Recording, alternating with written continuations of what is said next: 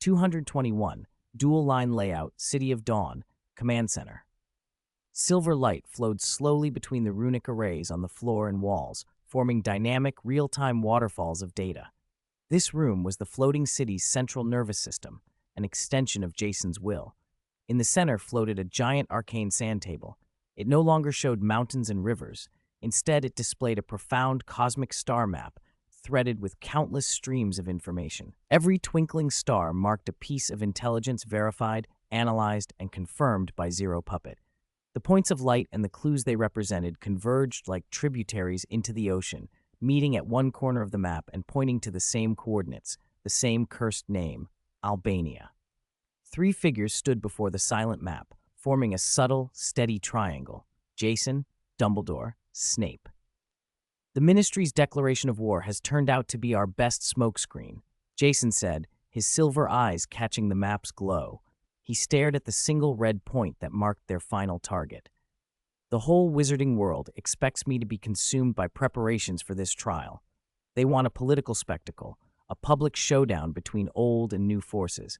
We'll give them the spectacle they expect. For the first time, he shifted his gaze from the sand table to Dumbledore. Principal, you will attend the Ministry's summons on my behalf. Dumbledore showed no surprise. Instead, a light kindled in his eyes. Having advanced to second-order Arcanist, he had regained not only the sharp appearance of his 40th year, but also the weight and authority of a legendary wizard who had weathered countless storms. The hope of Ariana's resurrection had sealed his fate with Jason's. He was no longer the cautious headmaster balancing competing powers, but a drawn sword, eager to be used.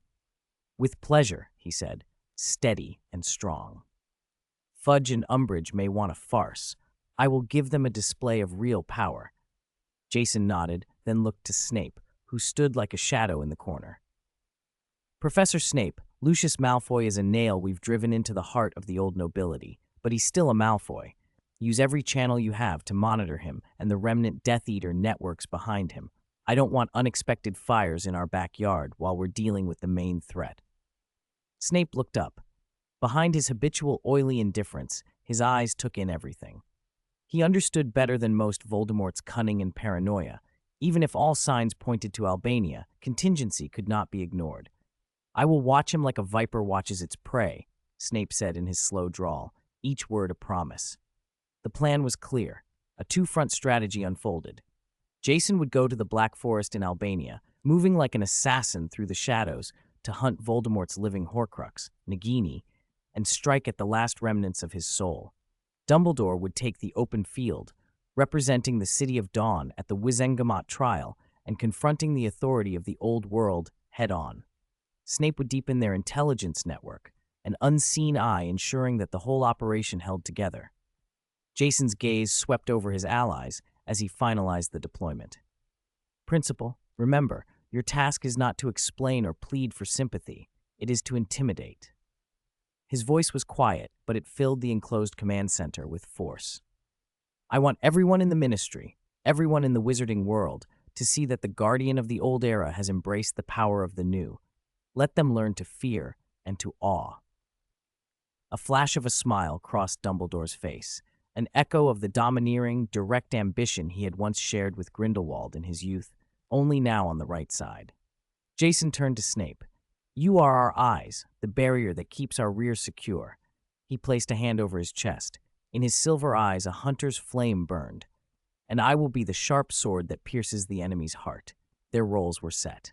In that moment, a complete, efficient war machine, political deterrence, intelligence, and elite combat power took shape. Night lay like water. On a terrace of the floating city that overlooked Hogwarts, magic lamps threw a soft glow and the breeze carried the scent of grass and earth. Hermione sat at a moonstone desk, organizing scrolls of arcane data. Her quill flowed fast across parchment as she recorded complex rune combinations and the formulas for energy circuits. Since her resurrection, she had poured herself into mastering arcane knowledge, as if that alone could keep her level with the white-haired figure she followed. Footsteps sounded behind her. She looked up to find Jason standing there. You should be resting, he said gently. These are optimization plans for the energy transmission pipelines. Hermione replied, setting her quill down with an embarrassed smile. I want to increase efficiency by another 3% before the war workshop goes into production. Jason studied the concentration in her face and felt warmth at the sight. He spoke casually. I need to leave for a few days to deal with some old business. Hermione's expression tightened. She was sharp. She heard the gravity under his relaxed tone. Whatever he called old business was never trivial. Worry welled in her eyes. Jason smiled to ease her concern and reached into his cloak. He produced a small pendant of mithril and stardust shaped like a circular rampart of runes with a crystal that flowed with soft silver light set in its center. He extended it toward her. Hermione's fingers trembled as she took it, the light of the crystal reflecting in her eyes. Jason's look was steady. I'll be back soon, he said. She nodded, the knot in her chest loosening a fraction, and clasped the pendant to her palm like a promise. 222. Concealing the truth. This is for you. Jason stepped up to Hermione and fastened the pendant around her neck himself. The cool chain brushed her skin, and she felt a warm, indescribably familiar aura radiating from the crystal at its center, the same aura that seemed to be the source of Jason's silver-white hair. It's called the embrace of white hair, he murmured close to her ear. I sealed a trace of my life force inside, along with 3 Tier 3 defensive spells, the Ire Rune Shield, Absolute Bulwark. If you face mortal danger, you don't need to activate it. It will appear and block all attacks for you. Hermione's hand trembled as she clutched the pendant to her chest. It wasn't merely a trinket. It felt like another pledge of protection, forged from Jason's life itself. 1,000 words caught in her throat. Her eyes reddened in an instant. She rose, opened her arms, and hugged him fiercely, burying her face against his chest and listening to his steady heartbeat. In a small, tearful voice she barely managed, I'll wait for you to come back. The promise was simple and absolute. Jason patted her back gently, smiled to reassure her, then stepped back. After one last look, he turned and walked off the balcony. He melted into the night like a drop of ink in water. Quiet, final. The day before the highly anticipated Wizengamot trial, the magical world erupted again, courtesy of the House of Malfoy. Lucius Malfoy, now widely known as Chief Advisor of the City of Dawn, held another press conference. Standing under the blinding flashes of 100 enchanted cameras, he announced, solemn and composed, a bombshell to every witch and wizard in Britain. To prepare for this unjust trial imposed by the ministry, Jason Lester will enter 3 days of deep meditation within the City of Dawn, beginning today. He will cut himself off from all outside interference to bring his mind and magic to an unprecedented peak. Almost at the same time, Dumbledore confirmed the news to several anxious deans and professors in his office at Hogwarts. The announcement spread like wildfire. It became the single topic of conversation across the magical world. Secluded meditation? He's taking this seriously. Of course, he can't face the whole ministry without giving it his all. He must be preparing some devastating magic to humiliate Fudge and the lot of them in court. Everyone assumed the white-haired city lord was quietly amassing power for the political showdown. No one doubted the story. Secluded meditation was the logical choice at such a crucial moment. Floating City, the heart of the City of Dawn. In a meditation chamber built especially for him, where mana pooled thick enough to feel like liquid, Jason entered the so-called Chamber of Secrets, as the world believed. He sat cross-legged on a platform carved from a single crystal designed to gather energy, expression composed. At his silent command, silver runes across the walls, ceiling and floor, ignited in layers, forming an impregnable defensive array, the Eternal Stasis Barrier, an arcane Tier 3 masterpiece capable of blocking all physical and magical detection below the level of a main god. From outside, the chamber became an absolute forbidden zone. But the moment the array sealed and its light peaked, a deeper, more intricate spatial teleportation sigil hidden in the energy crystal beneath Jason subtly activated. Jason's form vanished from the platform as if ink had diffused into water. In his place, a zero puppet, a doppelganger composed of pure energy and controlled remotely, remained. The puppet perfectly mimicked his appearance, life signs, and magic fluctuations, creating the flawless illusion that he was still secluded within. The grand deception, an artful trick to fool the heavens, had begun. Albania, a dark, ancient forest that felt forgotten by the world. The sky here was a leaden gray. Even sunlight came through as a sickly, thin yellow. The air was saturated with the smell of rot, leaf mold, corrupted magic, and the lingering bitterness of countless desperate deaths. With only a faint rip and the smell of tearing air, Jason reappeared in the forest's depths, his white hair stark against the gloom. Compared to England's vibrant magic, this place felt like plunging from a spring into a swamp. Malevolent, dark energy thrummed through the trees like swarms of invisible maggots surging toward him. Warning: high concentration of negative energy detected. Environment hostile to life forms. Zero announced in his mind with the same flat neutrality it always used. Understood. Activate Grandson Codex energy field for automatic purification. At once, a faint, pristine golden halo bloomed around Jason like a miniature sun. It radiated pure yang energy. The black mist that rolled in hissed against the halo as if snow had met fierce sunlight, vaporizing and cleansing on contact, leaving nothing behind. Around Jason, a 3-foot radius became a pocket of untouched purity. He closed his eyes and cast his mental power like a vast invisible net, sweeping outward through the forest. Zero, begin data comparison, he ordered. Command acknowledged. Mental scan module online. Soul fluctuation analysis model loaded. Horcrux fragment characteristic code locked. Computing power at 100%. Commencing full area screening. 223. Hunt in the rotting forest. At that moment, Zero Puppet's terrifying computational power, fueled by the remnants of Lord Voldemort's soul and enhanced by the Arcane system, was pushed to its limit. The hundreds of millions of complex data points Jason's mind had scanned surged into Zero's core like a tsunami. Every creature's soul fluctuation, every abnormal energy node was compared and analyzed at a speed no ordinary computer could match. In just 3 minutes, what would have taken a normal wizard years to locate in the vast rotting forest became an instant, precise map for the tandem of Jason and Zero. Reporting, Commander. Zero's voice rang out.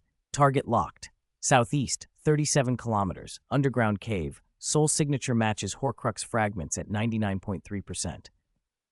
Optimal infiltration route is being planned. Route planning complete. Jason opened his eyes. A bone-chilling killing intent kindled in his silver pupils. The hunt, efficient, surgical, and merciless, had officially begun. 37 kilometers in a straight line through this treacherous, putrid forest would take an ordinary wizard days of grueling travel. For Jason, it was a brief walk. He moved with unhurried steps over withered leaves and darkened soil. With each footfall, the ground beneath him was instantly purified by the Grandson Codex's energy field, the deathly black earth returning to its natural deep brown. The original denizens of the forest began to notice the intruder brimming with life force. A harsh, grating shriek, like nails on glass, sounded from the twisted branches ahead. Dozens of omen birds, ordinarily gentle predictors of weather, dove from the trees. They were no longer natural creatures. Most of their feathers had fallen away, revealing festering, pus-filled flesh. Their eyes blazed pure blood red, and jagged bone spurs pierced the edges of their wings. Twisted and corrupted by Voldemort's accumulated negative emotions and dark magic, they had become monsters, souls trapped within decaying bodies, driven only to attack anything with life. Jason didn't falter. In his silver eyes there was no pity, no revulsion, only the detached indifference of a god observing mortals. He lifted his right hand and casually extended a single finger. Whoosh, whoosh, whoosh. From his fingertips shot dozens of golden flames, long and needle-fine, yet intensely concentrated. Sun True Fire, cultivated from the Grandson Codex and designed to counter darkness, never aimed to consume so much as to purify. The filaments struck the foreheads of the corrupted omen birds with unerring precision. There were no explosions, no plaintive cries, only the sizzling sound of dissolution. The thick black aura around them melted away as if under a scorching sun, and their twisted bodies disintegrated into the finest dust beneath the purifying light. Where the dust vanished, faint specks of pure soul light flickered briefly in Jason's direction, as if offering thanks for release, then drifted away to rejoin the cycle of reincarnation. He kept walking, leaving a path of restoration behind him. Corrupted wolf packs and warped, grasping vines that rose from the soil, all turned to dust under his indifferent gaze and the golden threads he flicked from his finger. It was like a deity walking among mortals, casually wiping away filth on a stroll. Guided with surgical precision by Zero, Jason cut through an unknown number of ambushes and finally reached a cave choked by massive black vines and exuding a rancid stench. This was Voldemort's hiding place. The air at the entrance was thick with the metallic reek of blood and decay. The black vines were tattooed with malignant, green-glowing curse runes. There were contact poisons that killed instantly, energy fields that silently siphoned life force, and soul traps laid in the dark to detonate the moment they were touched by mental power. The defenses were crude, vicious, and characteristically cruel, Voldemort's style writ in venom. Jason halted at the cave mouth. For the first time since he entered the forest, a flicker of emotion passed through his silver eyes, disdain. To him, a master of the arcane rune system, these crude contrivances were like mud castles built by children, laughably fragile. He proceeded to dismantle them one by one. He raised his right hand slowly and spread his palm. A ball of golden sun true fire rose, collapsing inward with terrifying speed until it condensed into a marble-sized orb that felt almost solid, radiating a purifying aura. He flicked it toward the cave. The fireball streaked into the darkness. From the deepest part of the cave, an invisible, sacrosanct heat erupted and then poured outward like the first ray of dawn, filling every crevice. The malicious curse runes at the entrance vanished like ink under rain. The black, life-siphoning vines shrieked silently as they withered and charred, then turned to ash. Suppressed roars echoed from within the cavern, then ebbed into nothing. When the light finally died away, the entire cave, every dark, evil, decayed thing inside and out, had been evaporated without a trace by that silent, purifying glow. Only then did Jason step into the cave, his pace leisurely, as if strolling into his own backyard. 224. Empty nest and bad news. The cave, purified by the sun true fire, smelled clean and sharp like grass after rain, a stark contrast to the rot and corruption of the forest outside. Jason stepped into the deepest recesses of the cavern. This was a relatively large stone chamber. The floor had been buffed unnaturally smooth by some ritual, but otherwise the space was empty. Nagini, the great snake that had served as a living Horcrux, was gone. In the center of the chamber lay a large, intact snakeskin, still faintly humming with the last traces of Lord Voldemort's dark magic. Nearby were dried bloodstains and the scattered wreckage of a violently interrupted ritual. Zero analyzed the scene. His voice was flat. Command confirmed. Initiating environmental scan and material composition analysis. Zero's voice echoed in his mind. Reporting, Commander, based on the cellular activity in the snakeskin and the degree of magical decay at the site, the primary target evacuated approximately 48 plus or minus 2 hours ago. At the edge of the ritual area, there are faint traces of spatial teleportation residue. Energy fluctuation model indicates a crude but effective short-range teleport. Space was forcibly torn to relocate the target. Conclusion: the enemy anticipated a direct threat and left ahead of time. He had missed. Jason stood motionless in the center of the empty chamber. For the first time, a deeply solemn expression crossed his usually controlled face. A meticulously planned hunt, an operation he had thought foolproof, had failed before it began. This was no accident. Voldemort, suspicious and cunning, with an animal sense for danger even at his weakest, had smelled death. Jason saw the cruel truth. While he had been using his prophetic edge to reshape the world's trajectory, the world was pushing back. His presence had made the enemy more vigilant and more ruthless. The advantage his foresight gave him was being eroded by the very reality he had altered. He was no longer a player outside the board. He had long been entangled in the game. An urgent, terrified tremor cut through the depths of his soul, an emergency alarm transmitted through their soul contract. It came from Snape and Sirius. Jason's face went ashen, a feint. The enemy's aim had never been to confront him in Albania. It had been to draw him away so they could strike where he was out of reach, at Hogwarts. At Hogwarts, above a hidden teleportation conduit woven from spatial runes that linked the main castle dungeons to the special prison in the floating city, Sirius Black and Severus Snape were escorting a magical puppet bound tightly in arcane energy, one of them ahead and one behind. Clutched in the puppet's grip was the man they had both wanted for a decade, Peter Pettigrew, slumped and barely conscious like a lump of mud. The plan was simple. While Jason lay secluded, transfer this lone living prisoner to the impregnable prison in the floating city so nothing unexpected could free him.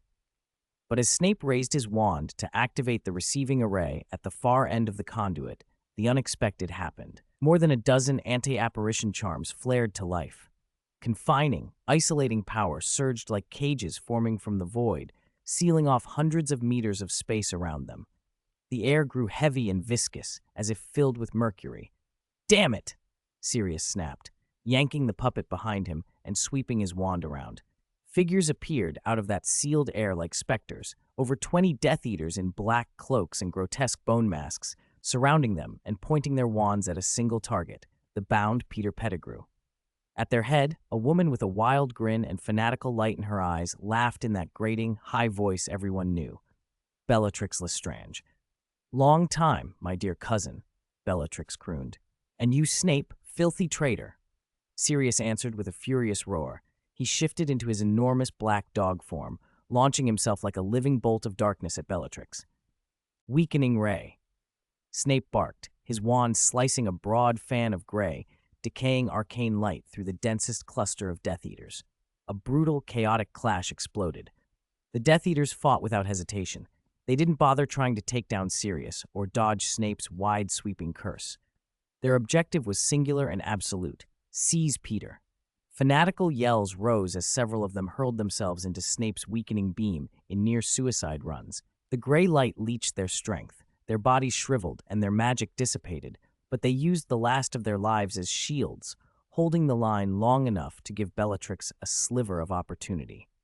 "Expelliarmus!" Bellatrix shouted, pointing her wand at the magical puppet guarding Peter. A red lash of light struck and shattered the energy bindings in its grip.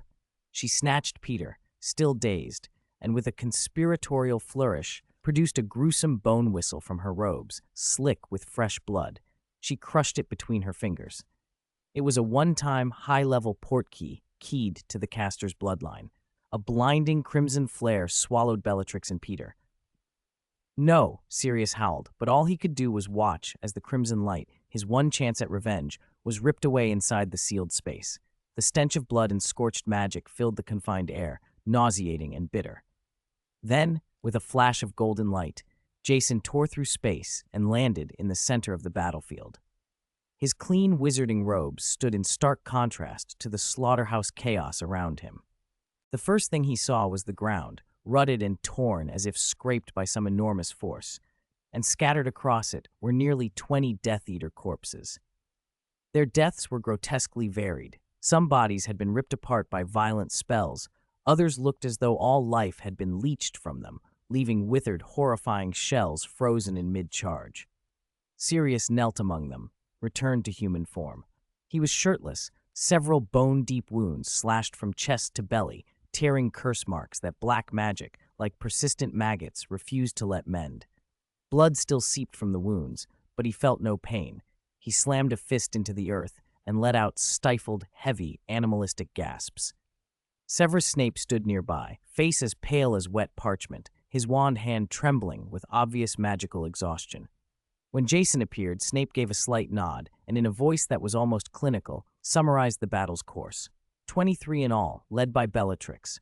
Precise strikes, tacit coordination, a clear objective, no concern for losses. We killed the others, but she slipped away with Peter. Each word landed like a stone on Sirius's heart. He got away again. Sirius looked up, his usually untamed gray eyes bloodshot, and roared at Jason. "Just a bit longer. Jason, if I'd had a second more, I could have broken his neck with my bare hands.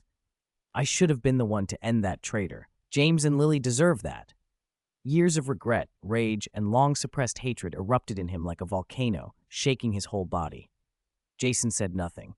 He walked through the carnage with eyes as cold as an Albanian winter, scanning each corpse, wounds, residual magic, the strength the wizards had shown. The abilities of the attackers varied, but the fanaticism in every face was the same. He crouched beside one body drained hollow by Snape's weakening spell. From the ruined robe he plucked a tiny black ebony button, almost unnoticeable. The material was ordinary, but the button bore a minute, finely wrought mark, a coiled snake devouring its own tail. "Zero, analyze this," Jason said. Zero answered in his mind, efficient, emotionless. Command acknowledged, running high-precision scan, image recognition, comparing against ancient magical family crests in the database. Comparison complete, Zero reported. Mark identifies as Gaunt family, direct descendants of Salazar Slytherin. Zero's synthesis followed. Cross-referencing Albania site survey results with the ambush's operational pattern, logical deduction, high-risk strategic deception detected. Probability, greater than 85%, that this engagement was a diversion. The current operation rescued Peter Pettigrew, and it is highly likely that prior to the assault, other significant items, such as the Horcruxes remaining in known locations, were moved to unknown safe sites. Jason rose slowly, the cold button clenched in his fist. He understood. From the start, it had been a trap, a chain of linked deceptions aimed at him. The empty nest in Albania was bait, a smokescreen. The prison break at Hogwarts was the true objective. Voldemort had deliberately drawn his greatest threat, him, away from the main theater by dangling the possibility of a lair and a giant snake, creating the perfect window for his followers to act, a brilliant feint and an immaculate escape. Half an hour later, in the City of Dawn Command Center, the air was so thick it felt like water. Jason, Dumbledore, Snape, and Sirius, still grim-faced though his wounds had been treated, gathered around a large arcane sand table. Sirius's injuries had been healed by the floating city's efficient remedies, but the bone-deep regret radiated from him like a warning to keep away. On one side of the table, Lucius Malfoy's respectful, serious face appeared. "I underestimated them," he said. Jason broke the suffocating silence and took full responsibility without evasion. "I thought I was chasing a desperate, cornered rat. I forgot that even a rat has claws and will fight to the death." His silver eyes swept the room, no longer serene but sharpened by thought and vigilance. He knew that a leader who hid from failure earned nothing but contempt. Only by facing it could he win trust. Dumbledore's blue eyes flickered with something like approval. "This isn't yours alone, Jason," Dumbledore said. "We all underestimated Tom's madness and capacity to organize when backed into a corner. A cornered beast is often the most dangerous." "I should have seen it," Snape said in his usual mournful tone, chastising himself. Bellatrix's presence meant Voldemort had deployed his most fanatic, most loyal pawn. Their willingness to die suggested a single aim: ensure the mission succeeded no matter the cost. There must be a deeper design behind this. "Master, the matter you asked me to investigate has yielded results," Lucius said, bowing slightly, and the intelligence he presented dropped like a boulder into the roiling water. "There have been abnormal power fluctuations at the old Gaunt Manor and in the Lestrange family vault at Gringotts. The magic was masked at a high level. My informant says someone used the highest family authority to retrieve certain items. The goblins are tight-lipped, but it's certain a crucial object is no longer in the Lestrange vault."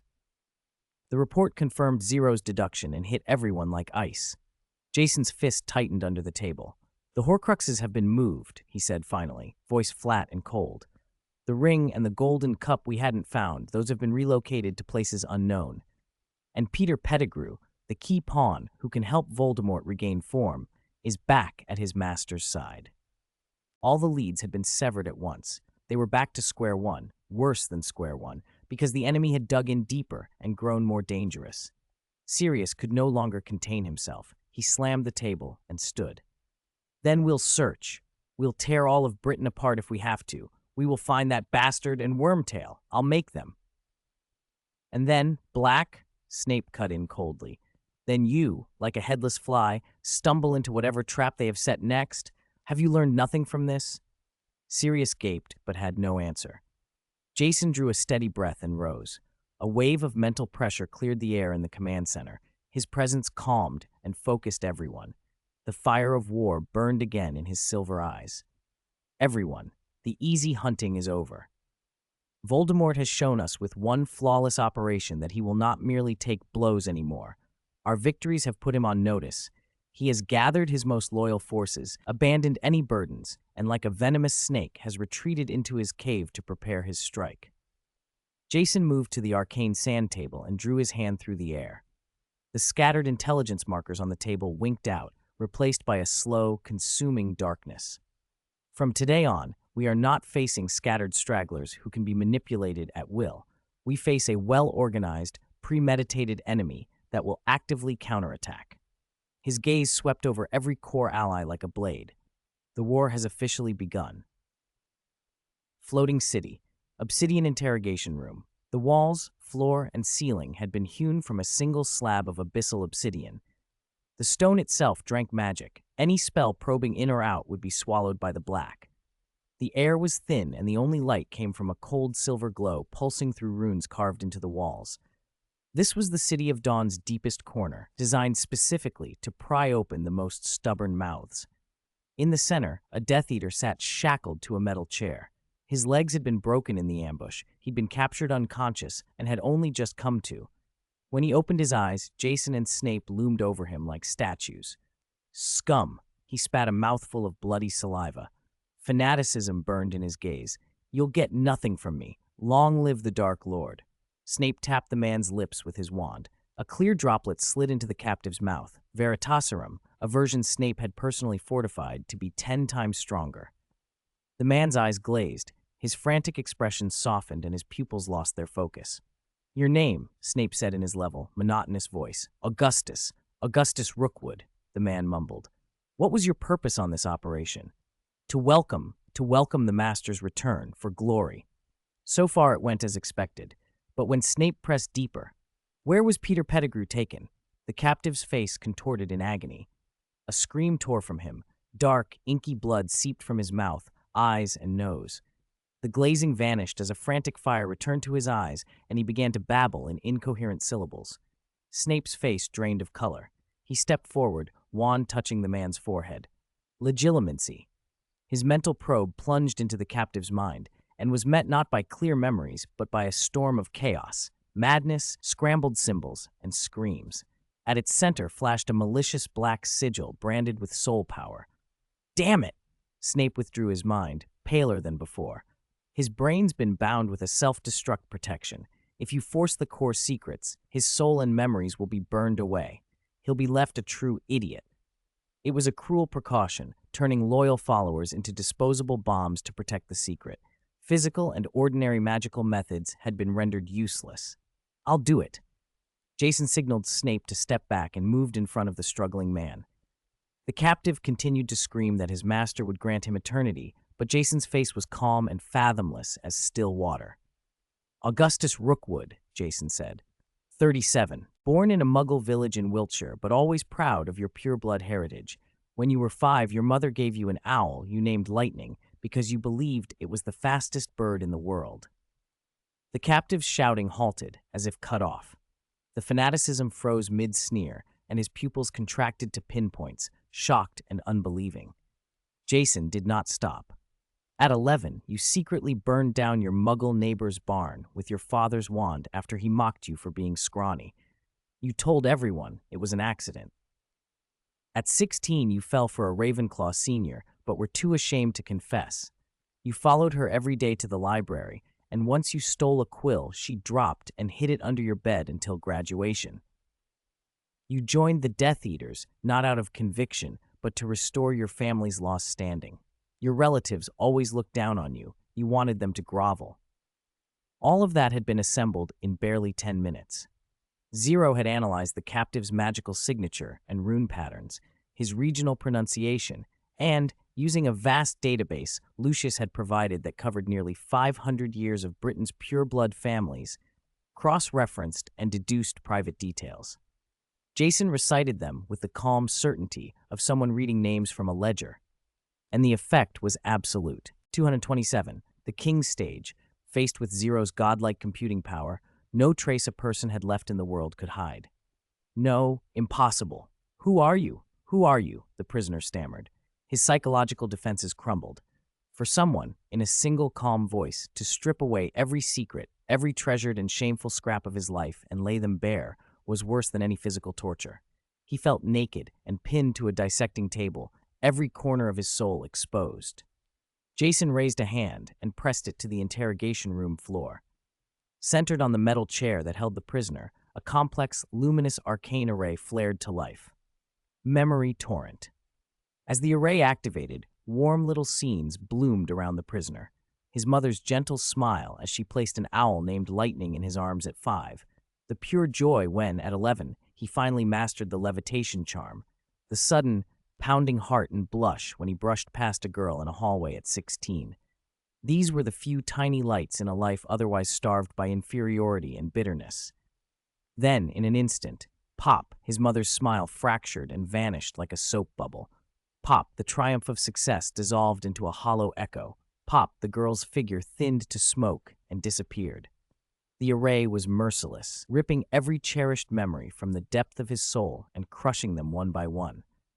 Watching the meaning of his life erased, feeling himself hollowed out, was a pain 10,000 times greater than any physical wound. Ah! The prisoner exploded into an animal, heart-wrenching scream. He broke entirely, tears streaming, mind fraying like a drowning man clinging to a final straw. I'll tell everything. Please, stop. Give them back to me. Jason waved his hand. The array died. The interrogation room fell silent. The prisoner slumped in the chair as if every bone had been drained from him, voice shaking between pleading and despair. He spilled what he knew. Wormtail, Peter Pettigrew, Bellatrix took him. She's taken him to a secret place for an ancient ritual, a ritual of flesh and blood rebirth, to help the Master regain his true body. The Horcruxes. They moved the Horcruxes too, the ring and the golden cup. Bellatrix and Rodolphus are the Master's most faithful servants. They guard them separately, the hidden locations, there, the starting point of the Master's glory, the treasury of his bloodline. The starting point of the Master's glory, the treasury of his bloodline? A cold flash crossed Snape's eyes. Those vague words pointed straight toward the old Gaunt family house and the Lestrange vault buried deep in Gringotts. Anything else? Jason pressed. The prisoner's gaze clouded, as if recalling something immense and terrifying. The Triwizard Tournament. Yes, the Triwizard Tournament. The Master wants to, at the end, use the greatest stage to announce his return to the whole world. In the command center, the intelligence from the interrogation hung over everyone like a storm cloud. Voldemort had not only escaped, but had seized the crucial pawn for restoring his body, moved the remaining Horcruxes, and even scripted a public declaration of his resurrection. Their hard-won advantages had been swept aside by a careful, thunderous enemy counterstroke. The Triwizard Tournament, a grand stage, Dumbledore murmured, leaning back with his fingers laced, a gravity unfamiliar in his deep blue eyes. Tom means to use the Ministry of Magic, Hogwarts, and the gaze of the entire world to stage a coronation for his resurrection. He wants everyone to see that the Dark Lord, whom they once feared into silence, has returned. We must stop him, Sirius snarled, knuckles white. We'll go now, raid the old Gaunt house in the Lestrange vault, find those 2 damned Horcruxes. Too late, Black. Snape's voice cut through like cold water. If they leak those clues, it means those places have either been emptied or set with traps for anyone who comes to take them. Lord Voldemort won't be caught in the same place twice. Silence fell heavy. The enemy's plan had been revealed, but they seemed without counter. Then a calm voice broke the tension. No. Jason rose and crossed to the arcane sand table. With a decisive motion, he traced a circle that glowed silver over the model of the Ministry of Magic headquarters. We don't need to find his stage. His smile was sharp, almost cold. We just need to build our own, and do it before he can use his. Dumbledore watched him, worry creasing behind his half-moon spectacles. Jason, do you mean you intend to confront the Ministry itself? This is not the time. Voldemort's forces are already consolidating. We cannot take on more enemies. Though Fudge is foolish, the Ministry is large. If we set them wholly against us, we will be caught between 2 fires. Headmaster, your thinking is still anchored in the past. Jason's gaze was hard as steel. Then we were fighting an enemy hidden in the dark. Now he has chosen the spotlight. If we cling to secrecy and subtle influence, we lose before the curtain rises. He spoke differently from anyone else in the room. Precisely because the enemy has seized the initiative, we must answer with an even more stunning, more decisive stage, one that shatters the illusions of potential enemies, deters wavering neutrals, and rallies every force that can be rallied. A dagger hidden in the dark is lethal, but sometimes what's needed is a blazing sword that sets the whole night alight. Jason stretched out a finger and jabbed at the little model of the Ministry of Magic that hovered inside the halo. Headmaster, Lord Voldemort wants a grand stage. I'll build one for him. The Ministry's highest courtroom is the single most authoritative stage in the whole British wizarding world. He paced a slow circle, every word deliberate. In front of the entire Wizengamot, in front of every witch and wizard in Britain, I will use the rules they themselves set to strip away their faces, piece by piece, and trample them underfoot. I will expose the conspiracy behind the Death Eater's prison break, the fact that Peter Pettigrew still walks free, and the truth of the Dark Lord's return, one slap after another across their faces. I will make everyone see that, under the shadow of the Dark Lord's return, that corrupt, incompetent ministry, busy squabbling among itself, cannot protect them at all. I will show them who can actually hold up the sky when this world falls apart. There was an almost arrogant domination in him now, the aura of a king ready to overturn the board with heaven and earth as his pieces. Dumbledore watched him and saw in the young man a kind of self-confidence he had never had at that age, a certainty of victory and the willingness to stand against the world. The old man knew he was old and that this young man was opening the prelude to a war he had never imagined. The Weasleys' War Workshop was no longer a joke warehouse full of prank items. It had become a working alchemy factory, metal and magic in the air, an arcane furnace rumbling in one corner, walls papered with intricate blueprints, the metallic sweetness of magic-catalyzed materials everywhere.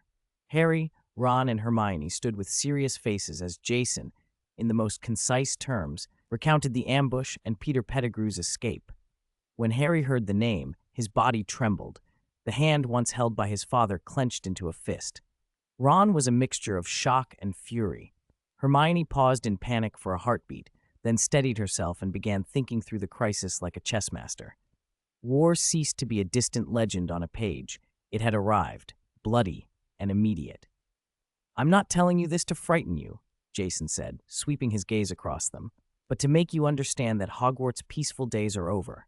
From now on, you are not merely students, you are my soldiers."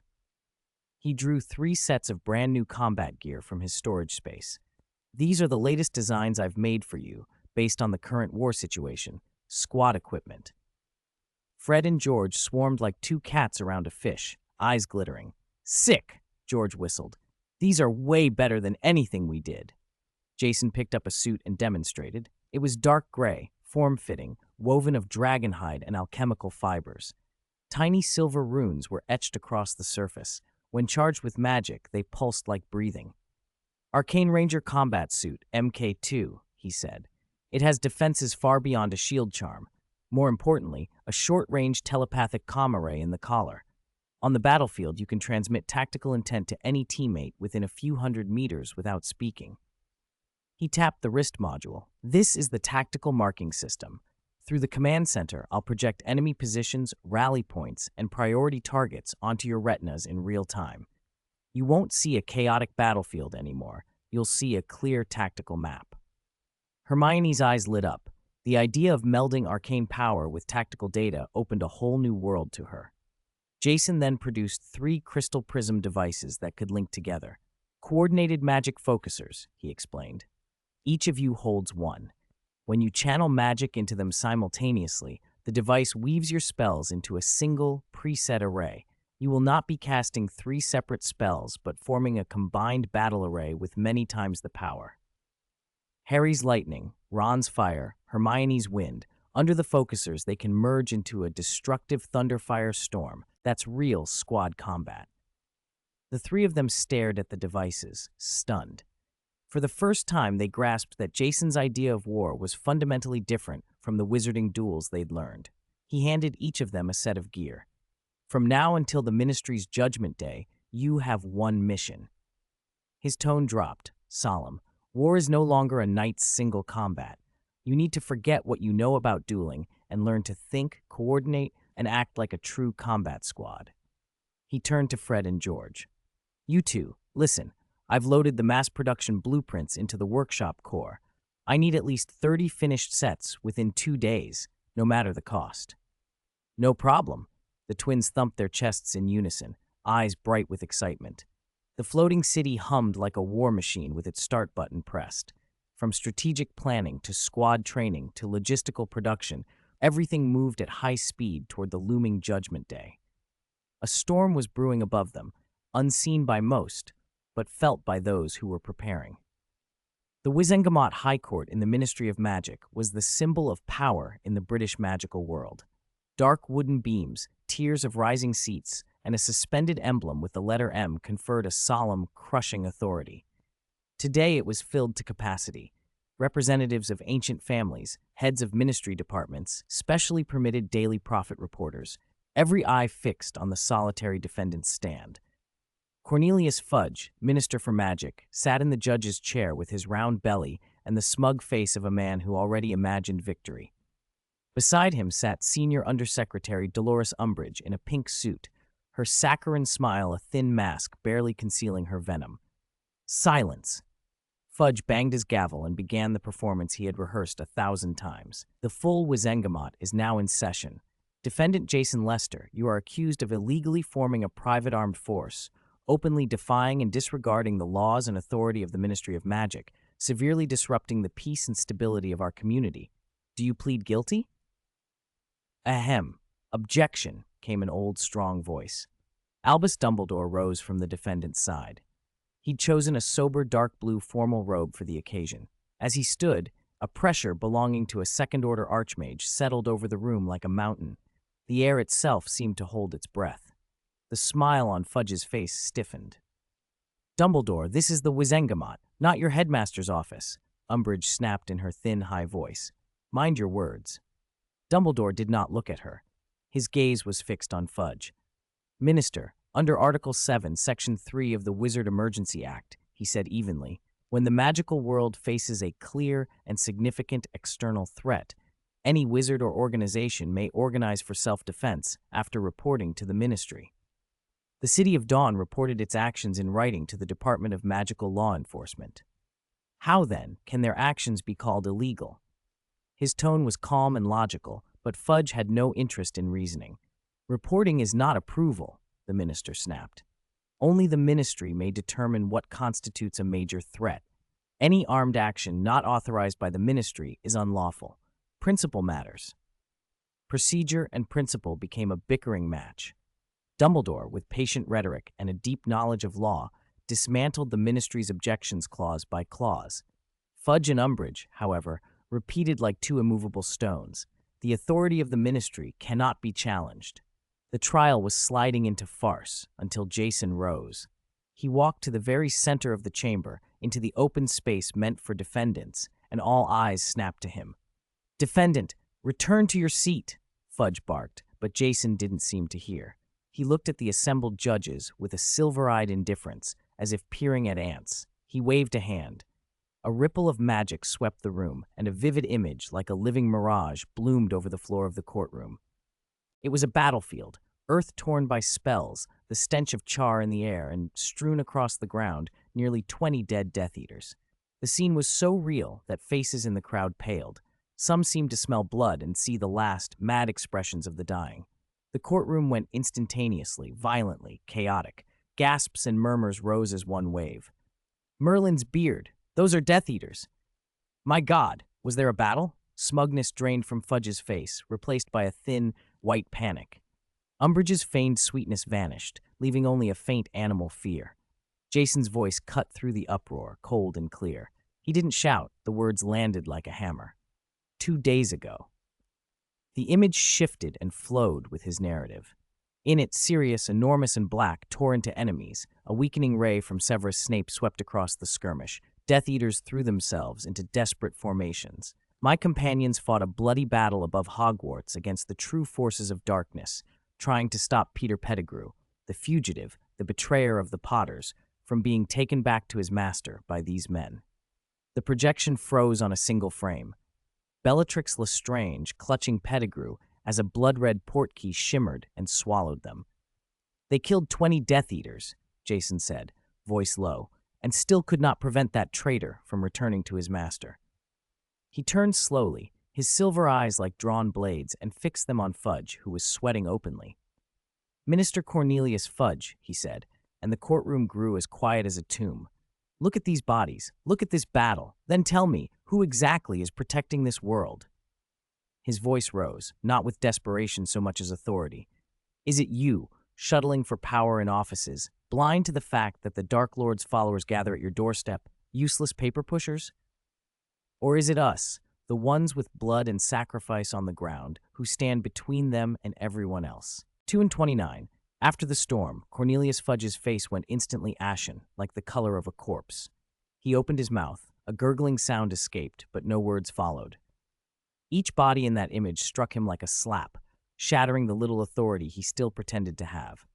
Jason Lester scanned the room, taking in every astonished, bewildered, and terrified face. His snow-white hair did not move in any wind, yet an aura rose from him, deep, inexorable, almost godlike, and spread through the chamber. In that moment, in that trial, he alone was master. He delivered his final declaration. "I did not come here today to accept your ridiculous judgment," he said. "I am here to inform you. From this day forward, I, Jason Lester, and the City of Dawn that stands with me, formally declare war on Tom Riddle and on all his followers, sympathizers, and sponsors. We will hunt them to the ends of the earth, relentlessly. You may continue hiding in your offices, using useless papers and regulations to pretend there is peace. You may, out of fear or folly, choose to become our enemies. But remember this." His voice cut through the chamber like ancient, unmelting ice, branding itself on every soul present. "Do not ever think you can stand between us and justice." With that, he turned. Under Dumbledore's relieved, complicated gaze, he strode straight for the Wizengamot doors. No one moved to stop him. No one dared speak. He left like a monarch who had finished inspecting his realm, leaving behind a Wizengamot sentence into silence, confusion, and palpable fear. Jason Lester's figure vanished through the doors, but his words lingered like a divine pronouncement, etched invisibly into every mind. The bloody, lifelike tableau of the battlefield still hovered in the air, recounting a brutal war the Ministry had clearly ignored. Dozens of seconds passed in dead silence. "Madman! He's a madman!" Cornelius Fudge finally snapped out of his shock. His face, the color of bruised liver, contorted with anger. He slammed his fist on the table and pointed toward the direction Jason had gone. His voice cracked as he shouted, "Rebellion! Arrest him! Declare him the Ministry's most wanted. I'll see him rot in Azkaban." This time, none of the Aurors by his side obeyed. They stood pale and unmoving, wand hands trembling, their eyes drawn involuntarily to the piles of Death Eater corpses hovering in midair. This was not a scene any of them could easily answer. "The minister is right." Dolores Umbridge's sharp voice tried to seize the moment, to rally the conservatives. "We all saw it. That wasn't a declaration. It was a threat, a declaration of war against the Ministry and against all of us. This is terror. We must unite to preserve order and peace in the magical world." Her words echoed through the empty chamber, but sounded weak and hollow. The evidence Jason Lester had shown was simply more convincing than rhetoric. The sight of those Death Eaters made the Ministry's claims of authority and order look like a grotesque joke. Many wizards in the room felt conflicting things: fear of Lester's audacity, but an even deeper, almost instinctive awe of that absolute power. As Fudge prepared to bellow again and Umbridge to continue her incitement, an elegant, oppressive voice rose from the spectators' gallery. Lucius Malfoy stood, smoothing his expensive robes, and fixed the exasperated minister with a slow, aristocratic look. "Forgive my impertinence, minister," he began with a courtly bow, then spoke with the cold precision of a man delivering a verdict. "I believe everyone here saw what Mr. Lester displayed. 20 genuine Death Eaters, servants of you-know-who." He stepped forward, narrowing his eyes on Fudge. "So tell me this. While Mr. Lester and his champions were fighting to protect this world, where were you? Where was the Minister for Magic?" Fudge's breath caught. Lucius advanced another step, giving him no room to breathe. "And now, you would have us declare the only man who stood up to you-know-who a wanted criminal?" His voice sharpened into a sneer. "Do you truly intend to make him our enemy?" The words fell like a bucket of ice over Fudge's bluster. He stared at Lucius in terror, lips trembling, speechless. The atmosphere in the chamber grew unbearably taut. Dumbledore rose then, bringing the farce to an end with a measured, powerful voice. "Everyone, please be calm," he said, and the authority in his tone calmed the room. Mr. Lester's language may have been extreme, and his methods certainly broke with convention, but the truth he revealed is one we cannot ignore. Darkness is regrouping. Now is not the time to argue whose words were proper or whose actions followed the rules. We face a genuine threat, one capable of destroying us all. He looked around the Wizengamot, his gaze steady and unyielding. "In the name of the Order of the Phoenix, I call on all who love peace and do not wish to see darkness return to unite. What happened here today is not a division, but a necessary mobilization, a wake-up call we needed to confront the real danger." 230. Out-of-control fire. Dumbledore turned Jason's bombastic declaration of war into something else entirely, a mobilization against a common enemy. In an instant, he seized the initiative back for the side of justice. Fudge and Umbridge went pale. They knew they had lost, completely. Outside the Wizengamot, reporters who'd been scenting a big story swarmed like sharks. When the doors opened, the complex, varied expressions on the faces of the wizards and the explosive news leaking out ignited the whole magical community. The Daily Prophet rushed out a special edition within half an hour with screaming headlines. Stunned. Jason Lester publicly declares war at Wizengamot trial. Blood-soaked truth. 20 Death Eaters ambush Hogwarts. Ministry of Magic caught unaware. City of Dawn and Dark Lord until death. Owls carried papers to every corner of the British wizarding world. It was as if a nuclear blast had hit society. Violent, shattering, dividing. A clear war faction formed almost overnight, mostly wizards who'd lived through the First War and were disillusioned with the Ministry. They hailed Jason as their new standard-bearer, hoisting tankards at the leaky cauldron and shouting, "For Lord Lester! Only through strength can there be peace." The conservatives, ministry officials, and traditional pureblood houses were thrown into panic. They denounced Jason as a brigand and a second Dark Lord, yet they could not deny the terrifying future he had laid bare, a future they felt helpless to stop. The largest group, though, was the middle ground. Shopkeepers in Diagon Alley, families who only wanted to live quietly. They feared Voldemort's brutality, and they feared Jason's near-divine power. They shut their doors, read the papers, and sank into confusion and dread. The storm called war swept through Hogwarts with particular force. In the Gryffindor Common Room, there was jubilation. Students retold Jason's declaration as the greatest heroic tale. They saw a warrior and a leader in him. The Slytherin dungeons were equally fervent. Under Draco Malfoy's influence, many Slytherins, worshippers of power, had long judged Jason more worthy of loyalty than the shadowy Voldemort. "See?" Draco told his cronies, holding up a newspaper with a sneer. "This is real power, declaring war in the Wizengamot itself. 10,000 times better than some coward who only hides in the dark." Meanwhile, Ravenclaws gathered to fret over the political fallout and the likely catastrophes ahead. Hufflepuffs were simply heartbroken at the idea of a war that would shatter peaceful lives and harm innocents. The old order was crumbling, new factions were hardening. No one could remain neutral any longer. Central London, in an unremarkable office building, John Spencer, an accountant nearing 40, stared numbly at dense columns of figures. His tie felt like a noose. Relentless workload and chronic sleep deprivation had frayed his nerves to the snapping point. Not long before, a well-made brochure had been slipped into his mailbox.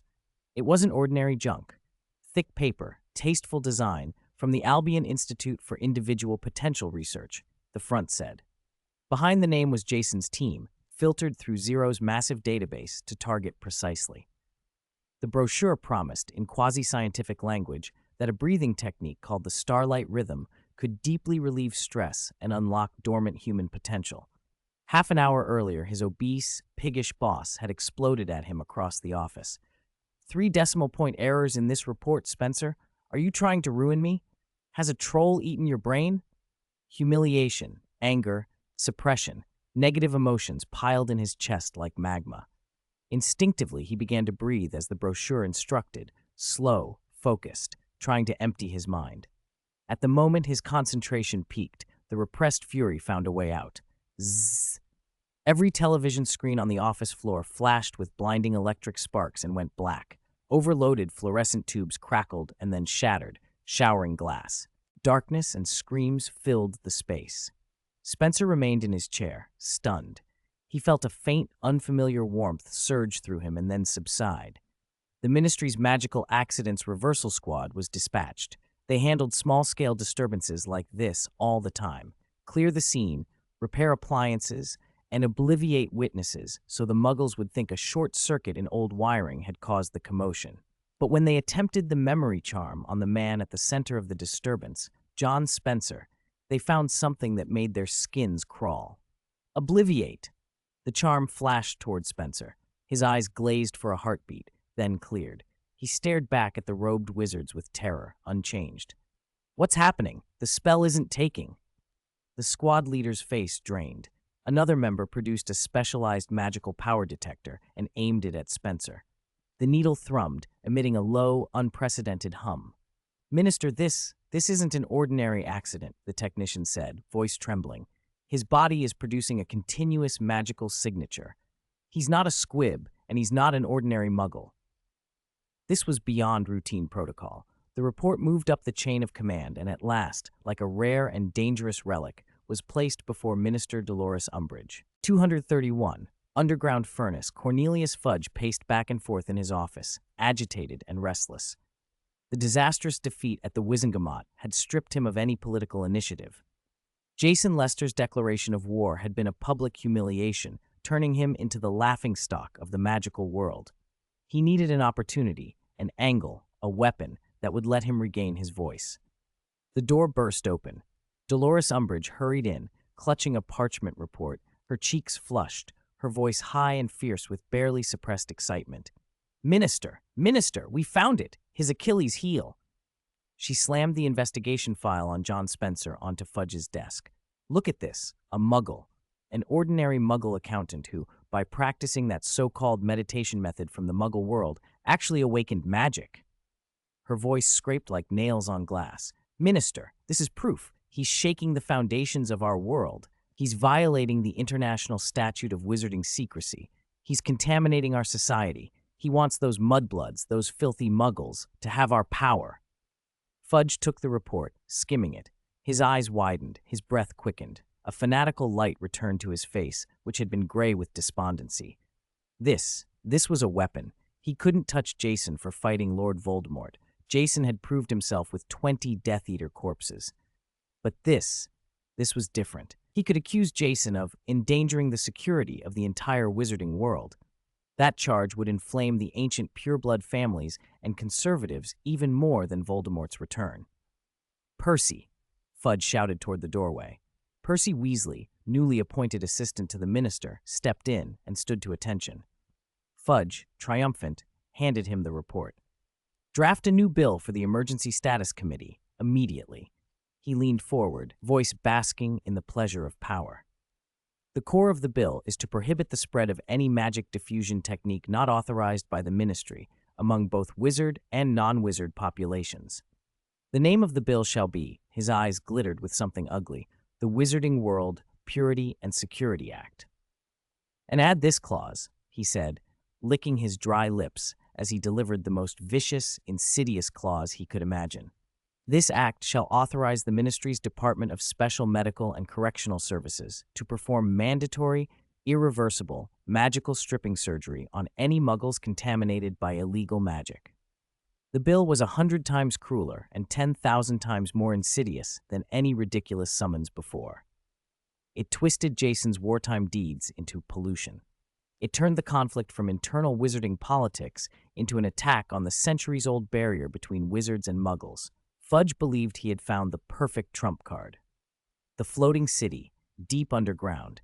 There was no sky here, no sunlight, only a colossal, terrifying furnace. Scorching air shimmered. The surrounding walls were hewn from obsidian and heat-resistant metal, arcane runes pulsing like magma across their surface. This was the City of Dawn's power core and the most brutal proving ground Jason had prepared for his core team. Look at this. Jason's voice was ice against the roar of the furnace. With a casual gesture, he projected a huge magical image into the air. The Daily Prophet's article, the full text of the Wizarding World Purity and Security Act. Every line reeked of Fudge and Umbridge's malice. Harry, Ron, and Hermione stared, anger written across their faces. "This is outrageous," Hermione snapped. "They actually want to perform magical stripping surgery on muggles who've awakened? How is that different from vivisection? It's a crime." "They're too cowardly to accuse us over Voldemort, so they attack like this," Ron said, kicking a stone. "It's all theater outside." "The farce is their cover," Jason interrupted, his gaze hot and sharp as the furnace. "While they squabble over bills and celebrate a supposed victory, we sharpen our claws." He turned. 3 metallic humanoids rose from the lift platform behind them, bearing 3 brand-new combat suits that shimmered with arcane light, the Arcane Ranger combat suits, MK2. "Put them on," Jason ordered. "From now on, forget your students. Forget Gryffindor. You are Alpha Squad." The first blade plunged into the enemy's heart. "I am your commander." They didn't hesitate. The suits sealed against their bodies. Miniature runes along the surface flared to life. Strength and a profound sense of security flowed through them. The telepathic comma rays at their collars clicked, making it possible to sense one another's slightest emotional shifts. "Special training begins now." Jason gave them no time to acclimatize. He snapped his fingers, and the training terrain shifted. Flat ground became rubble and cover. 3 metallic alchemical golems erupted from the earth. Red lights blinked at their joints. Their eyes held nothing but cold combat logic. "Objective, destroy them." Harry charged first. "Petrificus totalis," he yelled, sending a jet of red light at a golem. The golem was faster. It sidestepped and threw a cutting curse in reply. Another golem used the opportunity to flank, moving at high speed to attack Ron and Hermione. "Ire Rune Shield," Ron slapped up a barrier. Hermione hurled slicing winds at the third golem, trying to halt its advance. The scene degenerated into chaos. They fought like duelists, relying on school-taught instincts against war machines with advanced combat logic and coordinated tactics. The outcome was inevitable. In under 3 minutes, the trio were overwhelmed. A golem grappled with Harry and sent him flying with a heavy blow. Ron's shield was targeted and shattered. Hermione, trying to cover every front, exhausted her magic and was struck by a paralyzing beam, frozen and unable to move. Jason waved, and the simulation ended. The golems retreated underground. He walked to where they lay sprawled on the ground. His voice was flat and cold, utterly foolish. "Harry, your charge did nothing but expose you. Bravery alone is useless on a battlefield. Ron, your defensive stance without coordination left you a sitting target. That passivity isn't defense, it's waiting to die." "Hermione," he said, meeting her eyes, which gleamed with furious refusal, "your spells are precise, but you tried to cover everyone and ended up protecting no one. Your compassion is a liability in war." "Remember," he finished, voice hard, "war is not about showing how strong you are. It's about you, as a unit, killing the enemy." 232. Fairies Abacus Hellish training began. Under the combined tutelage of Jason and Zero, failure became their daily bread. Each defeat was followed by a 3D replay from Zero that traced the entire fight, marking every wrong move, every wasted spell, every botched coordination with bright red lines. Pain, exhaustion, frustration, yet none of them quit. Harry was no longer the hot-headed savior who charged in headlong. He learned to use Lightning Strike as a reconnaissance probe, forcing enemies to reveal themselves, then exploited the openings with a precise chain lightning to tear gaps in their formation and carve an assault lane for his teammates. Ron's earth magic had become the battlefield's most reliable shield. He stopped waiting naively and instead hammered the ground with successive earth spike barrages, raising walls and ridges to segment the field and slow enemy advances. At key moments, he could instantly turn hard ground into a fossil-to-mud quagmire, trapping charging foes and buying Hermione precious time on the flank. Hermione herself had become a composed battlefield commander. Her hurricane spell was no longer random chaos, but a tool to funnel enemies into preset traps. Her ice blade technique struck quickly and mercilessly from unexpected angles, and her healing spells flared exactly when the team needed them most. The 10th simulation battle. The same terrain, the same 3 alchemical puppets. "Begin." This time all 3 moved. Harry led, a powerful lightning strike feinting toward the central puppet. As the puppet raised its arm to counter, Ron's shout crackled through their telepathic link. Left, stone wall! Boom, a thick stone wall surged up from the earth, blocking the puppet's counterattack and sending debris flying. Now, Hermione was already on the flank, her wand tracing an elegant arc as wind and ice converged around her. Wind sweeps the clouds, 3 feet of ice. A hurricane, laced with bone-numbing cold, slammed in from the side. The 2 flanking puppets were blown off balance. Frost crusted their joints, making every movement sluggish. Opportunity. Harry focused everything into a single point, and a spear of pure lightning formed in his palm. Thunder Spear! Die! With a roar, the spear, transformed into a silver lightning bolt, tore through the 3 slowed puppets, melting their cores into charred lumps. The simulation ended. They collapsed at once, breathing hard, muscles screaming, their combat uniforms drenched in sweat. But in their eyes burned something new, the sharp edge of true warriors, forged in trial. City of Dawn, Command Center. The underground forge training had finished, but the shadow of war gathered in another form. On a large magic communication mirror, Lucius Malfoy's pale, solemn face filled the glass. Behind him was the study of Malfoy Manor, but at the moment Lucius showed none of his usual aristocratic composure. "Master," he said with urgency, "Fudge, after his fiasco at the Wizengamot, has come up with something sinister." "Speak," Jason said, not looking up as he adjusted the floating city's defensive parameters on the Arcane sandbox. "He's been lobbying the Goblin Board at Gringotts," Lucius reported quickly. "Using the Wizarding World Purity and Security Act as cover, he's asking them to freeze any vaults connected to you and the City of Dawn, cut off our funds." Jason stopped his adjustments. Lucius continued, "That's not the worst. Their real target is the Lestrange family vault. Fudge, citing concerns about dark arts artifacts, has filed for a comprehensive security review of that vault. My source in the Department of Magical Law Enforcement says the review team includes Umbridge's cronies. Their goal isn't a review. They intend to retrieve that item." Horcrux. A cold glint flashed in Jason's eyes. Fudge's move was petty and insidious. Unable to oppose Jason openly on the battlefield, he struck at the city's economic and logistical lifelines. Worse, he was reaching for Voldemort's legacy.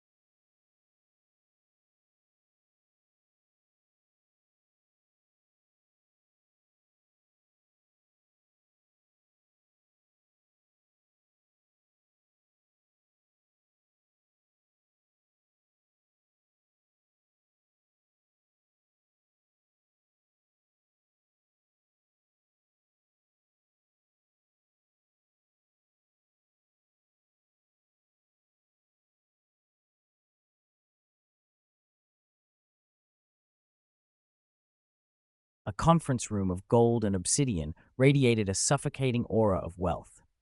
No windows pierced the walls. Blue-flamed magical torches flickered across the faces of sharp-eyed, suspicious goblins. Jason sat alone at one end of the long conference table. 233. Treasury. Across from him sat 5 senior Gringotts executives, led by the account manager Griphook. They wore their finest goblin suits, fingers steepled on the table, eyes fixed on the young man who had stirred the wizarding world. "Mr. Lester," Griphook rasped, his voice like coins sliding together, "you must understand, the Ministry of Magic has pressed us hard. Cooperating with you is a serious risk for Gringotts. Risk often comes with reward," Jason replied without meeting the probing tone. He set an ordinary metal briefcase on the table. "Goblin workmanship is famous. Gringotts' vaults are the standard of safety and wealth. With all due respect, though, your security has holes." Every goblin in the room bristled. To question Gringotts' security was to insult their entire race. Jason didn't argue. He traced a complex rune across the case with a fingertip, a spatial distortion sigil. Manager Griffook, try touching this box. A flicker of caution crossed Griffook's face, but he extended a wrinkled finger and reached toward the metal. The instant his skin neared the surface, an almost invisible ripple of space shimmered. Griffook's fingertip vanished. No sudden pain, no cut, as if his hand had been submerged in glassy water, silently swallowed by the air. Then the pupils of every goblin in the room constricted. "My hand!" Griffook shouted. He could still feel it, but he could neither see nor move it. Jason lifted a hand. The ripple faded. Griffook's arm returned whole, as if nothing had happened. "This is a basic application," Jason said, voice low and wicked as a whisper. "Any unauthorized biological entity that touches it will be randomly teleported by the rune to some location within 1,000 miles. No key, no incantation, no bloodline authentication, only a unique mental authorization." He nodded toward the meeting room wall, plated in pure gold. 0. Activate the energy sensing array. An invisible field bloomed across the wall. To the goblins it looked unchanged, but on Jason's retina a three-dimensional overlay unfolded. 37 meters away, in the tunnel, a fire crab is napping. Energy fluctuation 1.7 standard units. 45 meters out on the track, a trolley carrying ore just passed. It left a 0.8 residual magic signature. He listed readings as they appeared. Griffook cross-checked each through his internal comm device. A moment later, he looked up at Jason with stunned eyes. The data matched perfectly. The room fell into a heavy silence. The goblin's breathing was audible. The demonstration had been enough. "I can provide Gringotts with a complete arcane security upgrade," Jason said. "From now on, no wizard, no magical creature will be able to remove a single nut from your vaults without authorization." He paused, then raised the stakes. "And I promise that all future financial settlements for arcane equipment, potions, and alchemical products produced by the City of Dawn will be handled through Gringotts.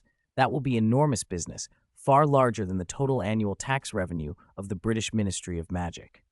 Greed flared in the goblin's eyes. "I only ask for two things." Jason held up two fingers. "One, I need fully legal authorization to enter the Lestrange vault, granted by Gringotts, under the pretext of assisting in screening dark arts items. 2, in the coming war with Lord Voldemort, I want Gringotts to remain absolutely and completely commercially neutral."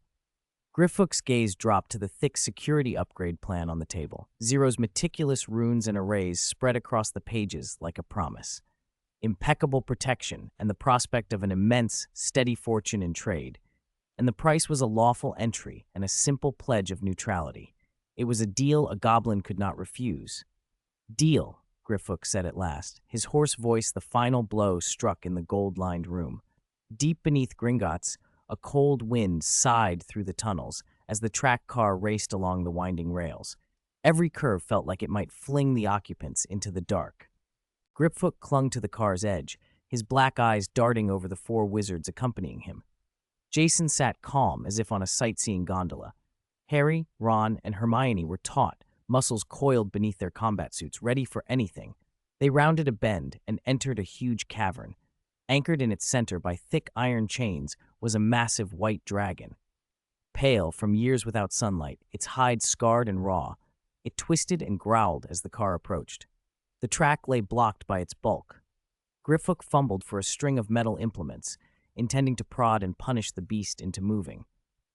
"No need," Jason said quietly. He extended his palm. A golden light, warm as a newborn sun, pulsed there, a soothing power drawn from the essence of life itself. It was the Grand Sun Codex's influence, opposite in nature to Lord Voldemort's dark arts born of death and division. The dragon stiffened when the light touched it. Confusion clouded its great eyes. The fury and pain that had driven it for years ebbed as if a warm tide washed over them. Muscles relaxed. A contented rumble escaped its throat. Slowly, willingly, it shifted its massive body aside and cleared the track. Griffook's metal implements clattered to the car floor. He stared at the scene, shock and incomprehension written across his face. 234. Purification of the sun's true fire. The rail cart slid through easily, then a curtain of water, the thief's downfall, appeared ahead, cascading from the cave ceiling. Any magical disguise or concealment charm passing through it would be instantly washed away. Cold water poured over them. They only felt a chill, but their combat suits held firm. These suits, etched with arcane runes, worked on principles far beyond ordinary magic. The cart halted before the massive circular vault door of the Lestrange family vault. Grifhook tapped the door with a long, bony finger. Gears and mechanisms inside clicked and rumbled. The door slowly swung inward. A fetid breath of old metal and dark arts rolled out. Beyond it lay mountains of galleons, sickles, gems, and jeweled trinkets glittering under the light of floating torches. The moment the door opened, a deadly curse was triggered. Hermione accidentally nudged a galleon. It rolled to her foot and split in two, becoming searing hot and radiating fierce heat. The two coins then duplicated, their blistering temperatures warping the air. "It's the Gemino curse and the Flagrante curse," Hermione cried, stepping back. "Stone wall." Ron reacted, plunging his wand into the ground. With a boom, a thick slab of stone burst up and rose between them and the torrent of scalding treasure, temporarily holding back the tide. "Freezing charm!" Hermione shouted. She focused, sending a flash of frosty magic that spread through the vault and centered on the stone wall, coating the incoming treasures in a crust of ice and slowing their multiplication and heating. Their hellish training showed its worth. "Well done," Jason's voice echoed in their minds. "Ron, hold the defense. Hermione, control the temperature. Make a path for Harry. Harry, this is your moment." "Understood." Harry drew breath and closed his eyes. Pain flared from the scar on his forehead. An evil, cold presence, like a dark heartbeat, thrummed from the depths of the vault. He opened his eyes and pointed to the back left corner. "Hermione, the path! Coming!" Hermione concentrated until her wand felt like part of her. She condensed a narrow strip of solid ice over the piled treasure. Harry stepped onto it and edged forward. All around, countless scorching coins duplicated and piled higher, emitting a high, grating sound that set their teeth on edge. Ron's stone wall already showed cracks under the relentless assault. "Too many! I can't hold much longer!" Ron grunted, sweat beading on his forehead. "Fossil to mud," Jason ordered. Ron understood. He swung his wand at the mountain of treasures before the wall. The ground turned into a churning quagmire that swallowed the duplicating, burning galleons, easing the strain on the defense. Under the cover of their allies, Harry pushed through the pressure and reached the source of the evil aura. On a platform of piled treasure sat a humble little golden cup. It bore the Hufflepuff crest, a badger, but the metal oozed a nauseating, malignant, dark arts energy. This was it.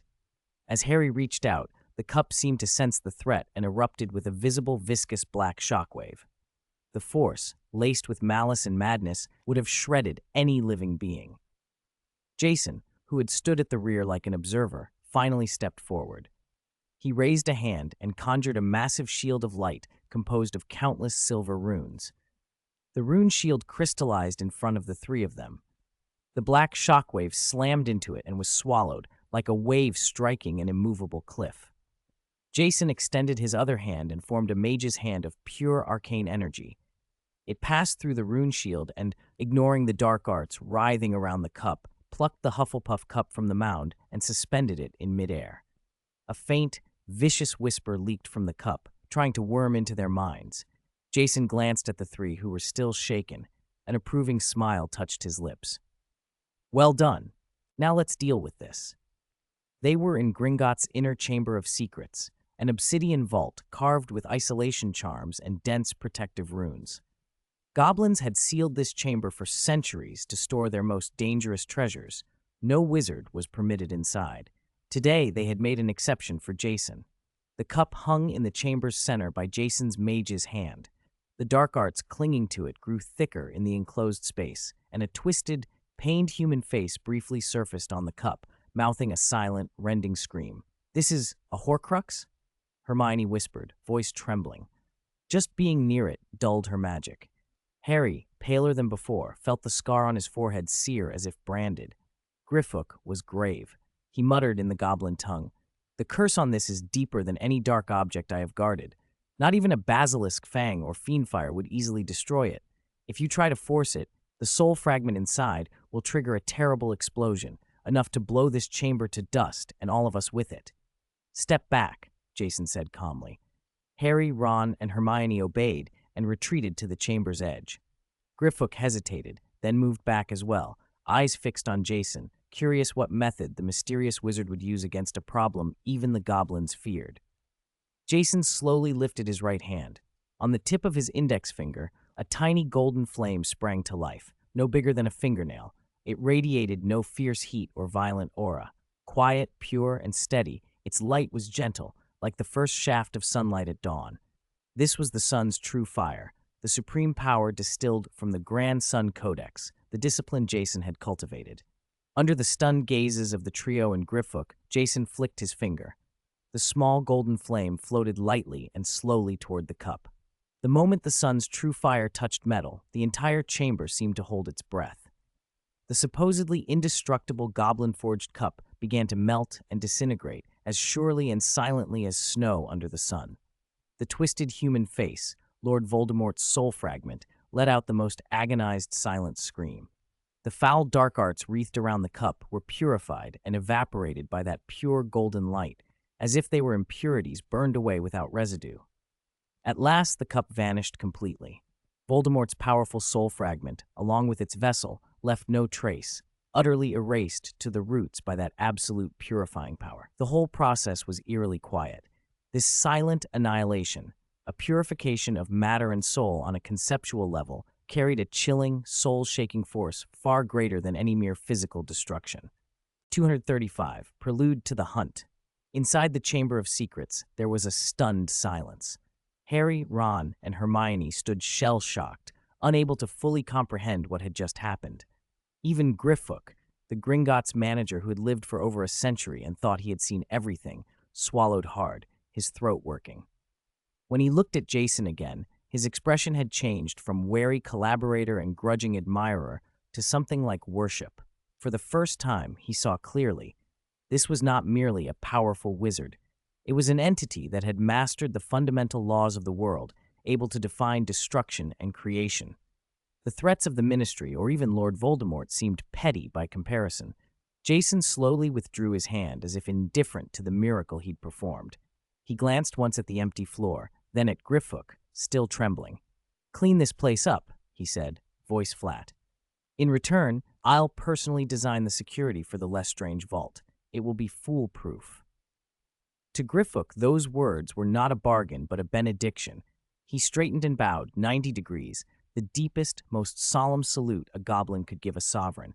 "As you command, Lord Lester," he croaked, his voice hoarse but resolute. "From now on, Gringotts will be your most reliable and loyal ally." City of Dawn, Teleportation Hall. When the four returned from Gringotts' oppressive depths to the floating city where warm arcane energy flowed, the tension finally began to ease. The rush of victory mixed with the drain of adrenaline left Harry, Ron, and Hermione exhilarated but exhausted. They had done it, their first real combat operation, striking at a cornerstone of the enemy. "Sit." Jason's voice cut the lingering silence. He motioned them to the huge arcane sand table. Zero's mechanical arm handed out potions that quickly restored stamina and magical reserves. The after-action review began. "You did well," Jason started, nodding. From Ron's stonewall to Hermione's ice control and then Harry's advance, the sequence was tight. You completed the objective like a coordinated unit. Pride flickered across their faces.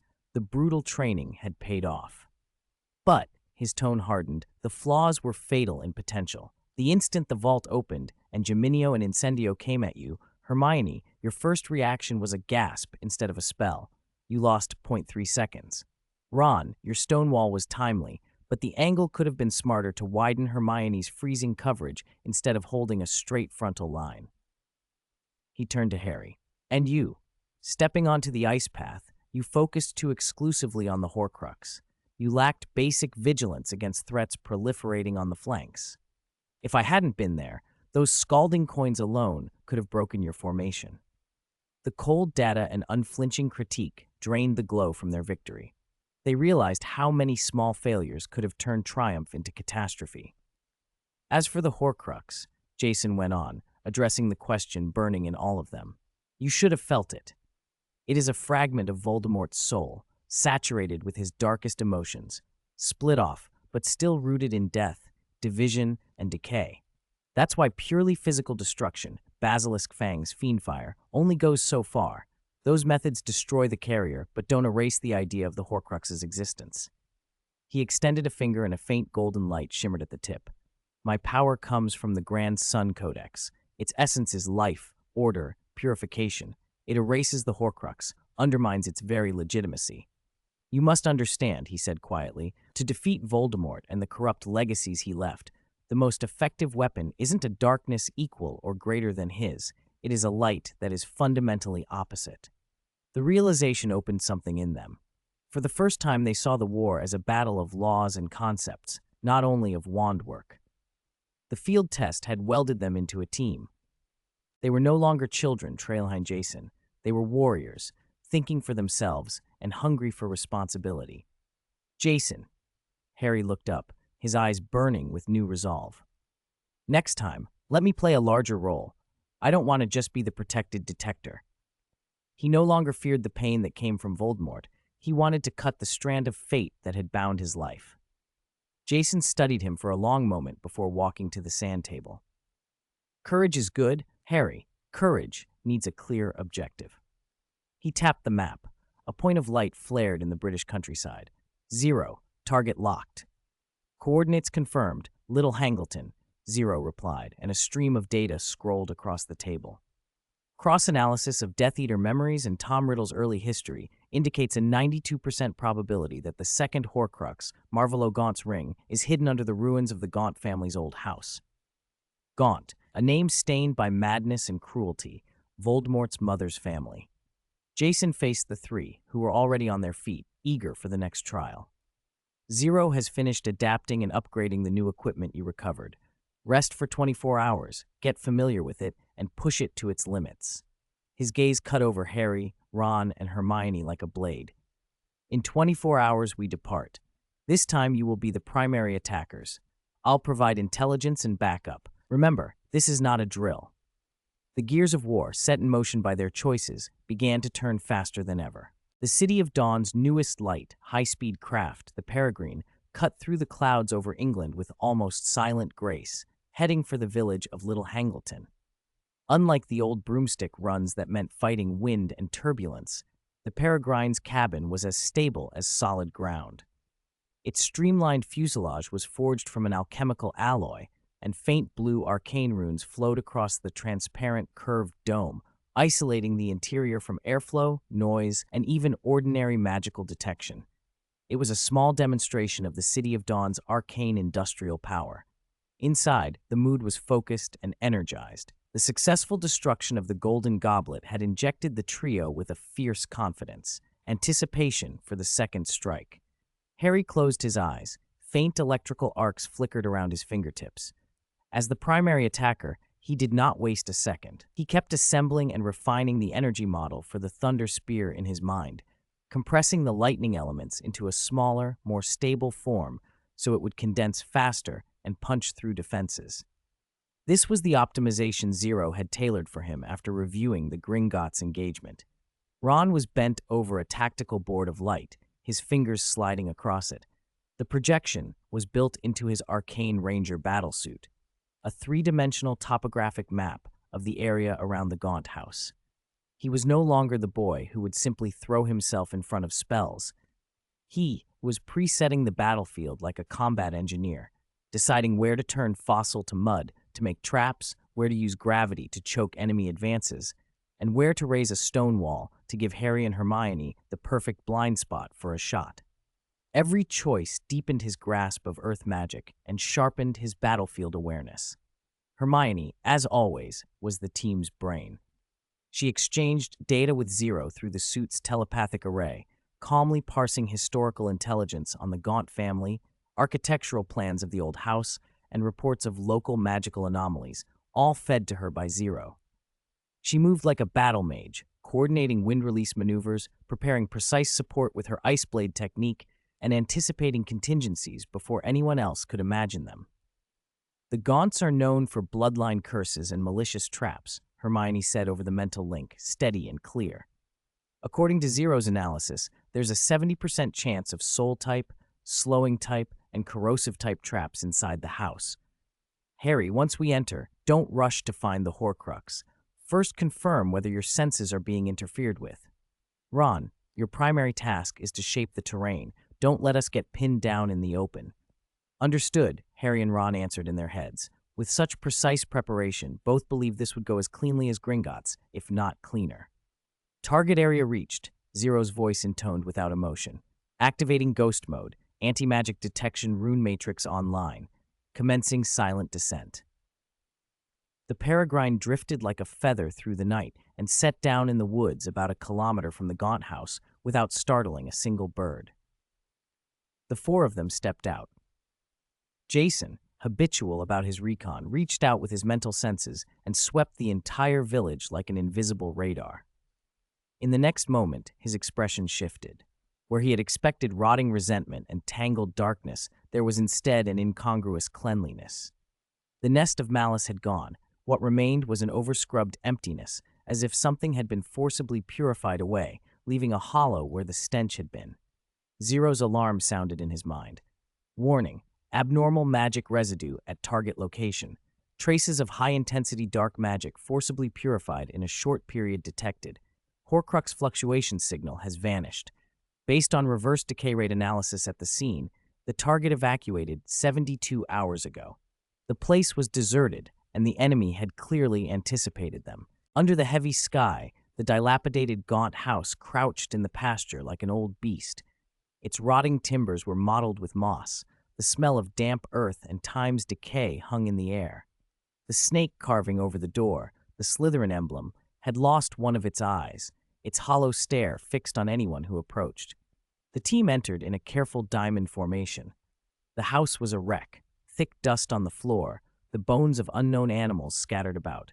The purified hollowness that had showed up on Jason's scan was more pronounced inside. Jason closed his eyes and tuned in to the residue that lingered. A moment later, he walked to a corner and tapped a wooden board among many on the floor. "It's here," he said quietly. "I can feel that its aura was here and then disappeared." Ron stepped forward and pried up the board with the tip of his wand. Beneath it lay a square compartment, empty. The edges were blackened by fresh, charred scorch marks where a spell had been used to force it open. The ring, whatever had been in that cubby, was gone. Hermione frowned and crouched, about to cast a detection charm to check for residual magic, when the house responded. The long-dried blood that formed dozens of runic arrays across the floor and up the walls flared to life with a sickly dark red glow, like snakes roused by fresh prey. A viscous, sluggish force washed over Harry and the others. The slowing curse hit first. Their limbs felt as if they were sinking into deep-sea mud. Raising a hand became agony. Immediately after, a chaotic fluctuation invaded their mana circuits, magic disruption, scrambling their connection to the source and making their spells buck and misfire. Then, as if nails were being dragged across their souls, a higher layer of agony detonated in their heads, an obscene, piercing scream of pain. "It's a trap, a composite trap designed for arcanists." Hermione's face went ashen. Teeth gritted against the hammering pain.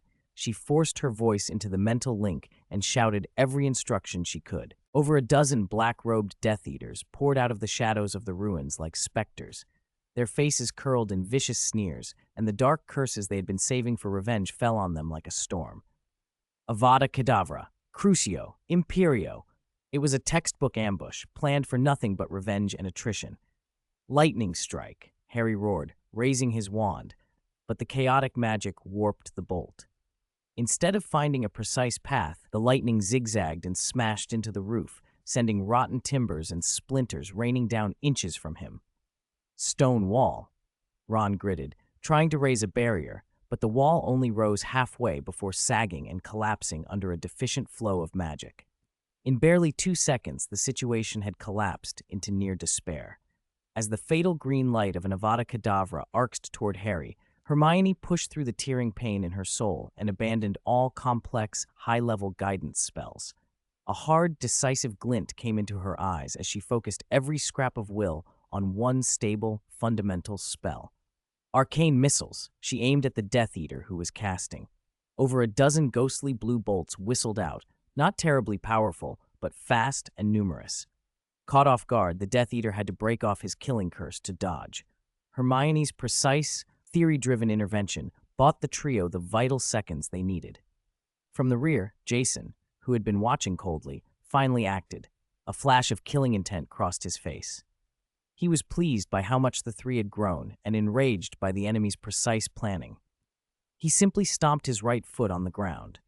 An invisible golden ripple spread out from him with a low roar, like a deity's breath or the tide of dawn. Forbidden area. The oppressive slowness, disruption, and pain that had been crushing the trio hit the golden wave and dissolved like ice in sun, like mist in the dark. Harry, Ron, and Hermione felt as if a great hand had pulled them out of deep, clinging mud.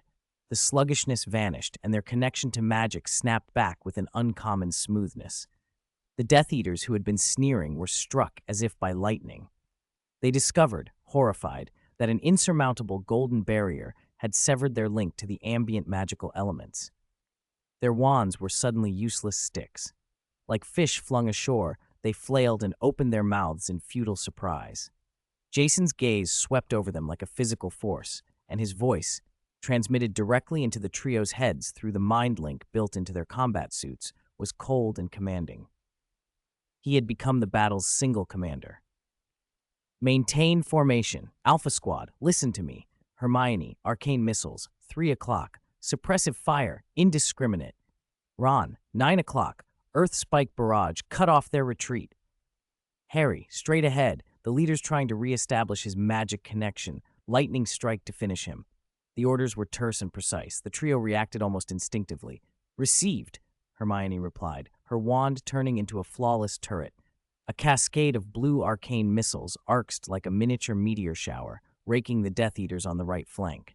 They scrambled, suppressed, unable to raise their heads. Leave it to me. Ron drove his modified alchemical wand into the earth. Sharp stone spikes erupted with brutal speed on the left, forming a jagged barrier that severed any flank escape. Harry condensed his magic into a pinpoint the instant he heard Jason. The Death Eater leader had just managed the faintest faltering connection to the outside magic in the forbidden area when a silver-white lightning bolt struck first, punching through his chest. There was no scream. He didn't have time to react before falling, burned black. Excellent, Jason said. Ron, 30 degrees to the front right, fossil to mud, make a trap. Hermione, ice blade technique, free attack on targets stuck in the mud. Harry, stay alert. Your next target is the one in the gray robe. Under Jason's command, the fight became a cold, efficient slaughter. The trio used basic, energy-efficient arcane spells like a special forces unit executing a production line elimination. Ron's earth magic became a battlefield controller. Hermione's ice and wind cut and harried like two sharp scalpels. Harry moved like a silent sniper, delivering lethal strikes through the windows his teammates created. Within 5 minutes, the last Death Eater was finished by Harry's lightning strike. Then it was over. The forbidden area slowly faded, leaving the air heavy with the smell of blood and scorched magic. Over a dozen bodies lay scattered among the ruins. Harry, Ron, and Hermione stood back to back, panting. Sweat soaked their combat suits, clinging to them, muscles all protesting from the exertion. 238, the cost of change. Their faces had taken on a new light, sharper, unflinching. Ron stared at a Death Eater's corpse a few paces away, its features still frozen in that same fanatic, fearless expression from its last moments. For the first time since the fight, disgust and fear didn't wash through him. Instead, he frowned and spoke with a cold clarity. They weren't afraid of dying. From the start, they never planned to leave this place alive. They wanted to drag us in and bleed us dry. Harry walked over and with the tip of his wand opened another corpse's robes. Beneath them was a dark arts device rigged to self-destruct at any moment. His face hardened. Ron's right, he said. Their target was us, not a Horcrux. The ring was moved long ago. This whole place was set up for us. They used their lives to learn about us and to test how we operate. Hermione drew a slow breath, her mind already parsing the implications. They used a dozen Death Eaters as bait, just to make sure we'd come and to see how we deal with traps. It was reconnaissance paid for with lives. Jason listened without interrupting, a small, approving light in his eyes. This was growth, not a sudden gain in magical power, but a maturation of thought, a deeper understanding of what war really demanded. On the peregrine falcon's return to the City of Dawn, the mood in the cabin was quiet and heavy. The trio sat back with their eyes closed, each absorbing the battle's lessons. Jason alone stood before the arcane sand table suspended in the center of the cabin, lost in thought. Finally, he spoke. Zero, integrate all intelligence from this operation and the Gringotts operation. Run a final analysis. Yes, Commander. Zero's voice was smooth. On the sand table, data cascaded like falling water. Intelligence integration complete. Analysis commencing. First, the enemy is adapting to your tactical patterns at extremely high efficiency. Peter Pettigrew's successful escape has given them critical intelligence on the floating city, arcane power, and the combat behaviors of your core team. Second, the enemy has abandoned fixed defensive positions. They have adopted a scorched earth policy combined with highly mobile ambush tactics. They will no longer hold a single stronghold. Instead, they set traps and then withdraw, willing to abandon Horcrux hiding places rather than risk a fixed defense that can be exploited. On the sand table, the large magical map of Britain reflected the assessment. Points that had been highlighted as possible Horcrux locations dimmed one by one.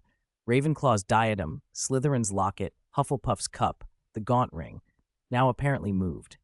All the known traces fell away, leaving gray icons and a single stark line of text. Status unknown. Jason felt his pupils contract. Zero's unemotional conclusion rang in the quiet cabin like a knell. Deduction. Lord Voldemort's remaining forces have moved all remaining Horcruxes to locations unknown to us. We have lost our intelligence advantage. The nature of this war has changed, Zero continued. The phase of direct eradication is over. We are entering an intelligence war that requires a far broader information network and a high-intensity counter-terror phase where skirmishes can erupt anywhere at any time. Jason looked down at the gray map, at the Horcrux icons that no longer had coordinates. The linear plan he'd been following, step by step with foreknowledge, had been broken by the very actions he had set in motion. A new, more dangerous war had begun. Wizengamot High Court, Ministry of Magic. The chamber felt even more solemn, more tightly wound than the last time Jason had sent it into turmoil with corpses and declarations. While the secret hunt for Horcruxes had been forced to pause by the enemy's new caution, another storm was sweeping through the magical community, faster, louder, and public. Reports had begun pouring in from the Muggle world, people suddenly manifesting magic after practicing a meditation regimen known as the Starlight Rhythm. What started as isolated incidents shot up into numbers the Ministry could no longer dismiss as accidents. Cornelius Fudge, politically cornered by Jason and desperate, seized on the phenomenon like a drowning man clutching driftwood. He could not outflank Jason on the question of confronting Voldemort. Jason's bloody victories had silenced that avenue, but he could redirect public fear to an issue that stirred the wizarding world's most sensitive nerves: blood purity and the security of the world. He rose from the chief judge's bench, face flushed with eagerness, and waved a thick report crammed with case files and on-site photos provided by the Magical Accidents Reversal Squad. "This is the evidence," Fudge cried, his voice straining to restore authority. "Irrefutable proof." He let the phrase hang in the charged air. A dangerous technique originating in the Muggle world, dressed up as a harmless meditation, is spreading like a disease. It is polluting our world, and it threatens the very foundation of the International Statute of Wizarding Secrecy. Beside him, Dolores Umbridge rose at the cue, dressed in an even more ostentatious shade of pink than before, her face fixed in a sickly, sanctimonious smile. She dabbed at non-existent tears with a handkerchief, and then launched into a high, strident performance of moral outrage. "What sort of meditation is this?" she shrilled. "This is an unprecedented dark art that shakes the nation's foundations." 239. Clumsy allies. Umbridge's voice was heated. "It is allowing those filthy muggles, unworthy of magic, to touch the sacred power that should belong only to us wizards. They are stealing. They are polluting. Today they can awaken magic. Tomorrow they'll rush into Diagon Alley and snatch our wands. The day after, will they occupy Hogwarts and take over our homes? Every word landed like a poisoned needle, striking the deepest fears and prejudices of the conservative pureblood representatives. We cannot tolerate this any longer. For the safety of our children, for the purity of our world, we must act. Tears in her eyes, Umbridge raised her arm. I propose that the Wizarding World Purity and Security Act be passed immediately. Percy Weasley, newly appointed senior undersecretary to the minister, flicked his wand, and the draft of the act, already prepared, appeared in the hands of every council member. The clauses bore Umbridge's characteristic malice and absolute certainty. First, any individual or organization is strictly prohibited from disseminating any form of technology that may lead to the awakening or alteration of magic to any wizard or non-wizard group without prior review and authorization from the Ministry of Magic. Violators will be deemed enemies of the magical world and subject to the highest level of manhunt and arrest. Second, all new wizards who awaken magic as a result of exposure to such contaminating technology must report to the Ministry of Magic within 24 hours. They will be removed from Muggle society and placed under the Ministry's unified supervision and purification process to ensure they do not endanger either world. Everyone in the room understood what that supervision and purification process would mean. With the City of Dawn interest group associated with Lucius Malfoy absent and with Fudge and Umbridge whipping up fear, the pureblood families who distrusted Muggle power fell into line. The act passed by an almost absurdly overwhelming majority. Fudge's gavel came down with a crisp sound that announced unmistakably the official start of a more insidious war against Jason and the City of Dawn. This time, the target was painted as a monstrous crime threatening the safety of the entire magical world. In the Gryffindor common room, the fire roared and threw a warm orange glow across the stone. Students clustered in small groups, arguing about the upcoming Quidditch finals, grumbling over endless Defense Against the Dark Arts essays, or sighing about final exams. The room buzzed with the ordinary noise of youth. The portrait door swung open. Jason, Harry, Ron, and Hermione stepped in. They looked hollowed out, physically drained, mentally raw. From the failed hunt at the Gaunt House to the immediate high-intensity training afterward and the tactical debriefing they had just endured, every reserve had been stretched thin. They did not return to the usual post-mission chatter. Instead, they walked in silence and took an empty sofa by the fire. The invisible wariness and the faint smell of cordite on their clothes contrasted sharply with the busy life around them. "Hey, look who's back! Our big heroes!" Fred and George bounded over with a couple of butterbeers, grins spread wide. "So? Save the world again? Need some of our newly developed instant bragging sweets to spice up the tale?" George winked. But when they saw the four so solemn they might as well have been carved from stone, the twins' smiles faded. They looked at one another, set the butterbeers on the table, patted Ron's shoulder, and without a word wandered off. Some things had shifted, and they knew it. The hum of the common room went on, but for Harry and his friends it sounded distant, like coming from another world.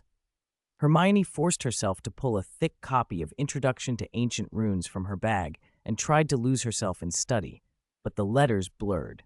She kept seeing the fanatical faces of the Death Eaters at the Gaunt House, eyes unafraid of death, willing to die as part of a trap. Harry's fingers absently traced the warm grain of his holly wand. His eyes were unfocused, as if trying to see past the flames into a darker future. The ambush had revealed how cunning and cruel the enemy could be, far beyond anything he'd imagined. Ron stared into the hearth, expression blank. He no longer complained, envied, or acted childish. War was forging him into something harder, an ordinary boy becoming steeled. The four sat in silence, separated from the laughter and ease around them by an abyss called war. For the first time, they felt truly apart from their classmates' world. In Transfiguration, sunlight poured through the tall Gothic windows and patterned the floor. The air smelled faintly of magic. Professor McGonagall stood at the front of the classroom. With a precise tap of her wand, a field mouse on the desk shimmered into an engraved silver goblet. Animal-to-goblet transfiguration is a particularly exacting branch, she told them. It demands not only exactness of incantation and wand movement, but an understanding of the invisible boundary between biological structure and inanimate form. Her gaze swept the class and settled on Hermione. Miss Granger, can you tell the class the three key elements we must attend to for this sort of transfiguration? Hermione's hand shot up, perfectly straight. Essence, form, and will, Professor. We must understand the life essence of the animal to stabilize its core during the transformation. Next, we must construct a precise image of the goblet's form.